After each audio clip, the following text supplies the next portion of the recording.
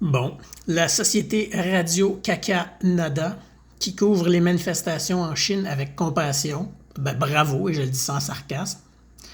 Par contre, les manifestations ici au Canada ont eu très peu de couverture, et quand il y en avait, c'était avec beaucoup de mépris. Mais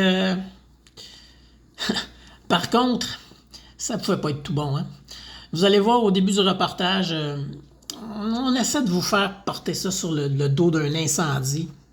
Et pour que ça rentre bien dans votre subconscient, on le ramène en conclusion. Je vous ai mis ça en accéléré. Liberté, nous voulons la liberté, scandent des résidents de Shanghai sortis pour une vigile à la chandelle qui s'est transformée en manifestation. Rassemblés sur la rue qui porte le nom d'Urumqi, les manifestants ont fini par être dispersés par la police avant l'aube. Il y a quelques jours, l'intervention des services d'incendie de la capitale du Xinjiang aurait été ralentie à cause des restrictions sanitaires et 10 personnes sont mortes. Ce triste événement soulevait un mouvement populaire contre les mesures draconiennes pour contrôler la pandémie en Chine, autant à Urumqi qu'ailleurs au pays. Mais les rassemblements ont pris une autre tournure dans les dernières heures. Quelle autre tournure? La foule s'est mise à réclamer la démission du président. Une revendication extrêmement inhabituelle. Les Chinois sont rarement dissidents avec le régime de Pékin, ce qui a mené à des arrestations durant la nuit. Bien pour décourager les manifestants qui sont toujours là.